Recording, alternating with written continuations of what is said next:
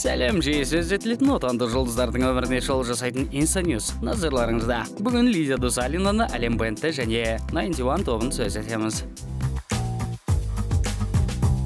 Лидия Досалина жуырда демалысқа шықпақ, бірақ оған дейін әнші басқа үйге көшіп, Астанаға барып келіп, бірнеше түсірілімдерді өткізу қажет. Енді Лидо оның бәріне саяхатқа дейін қалай үлгерерін білмей әлек. Сіздерде де сондай болып тұра ма? Әлем бэнд Instagram парақшасына қызықты видео жүктеуде. Онда аталмыш топтың жанкүйері жуырда ғана жарыққа шығарған Қылықтым атты композициясына кавер жасаған. Теңізбенен аспандаймыз, суықпенен ыстықтаймыз, бірақ бүгін жаным бірге емес.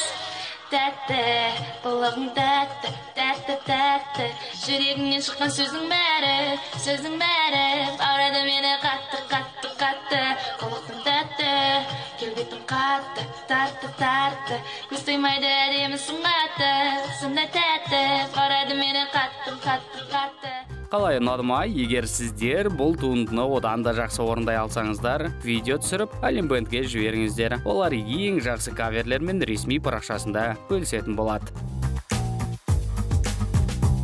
91 оқырмандарын қуантуда. Жігіттер бүгін кешкі сағат 7-де тікелей эфирге шықпақ. Бұл жайлы олар Инстаграмдағы ресми парақшасында сөз етті. Ендеше қапы қалмаңыздар, өйткені олардың айтатын қызықты жаңалығы бар.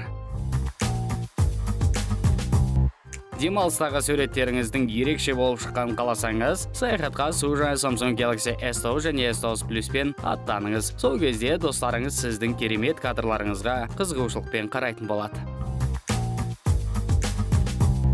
Отандық жұлдыздарда қандай басым ығыстырады екен, оны әрине ертең білеміз. Бізбен бірге болыңыздар.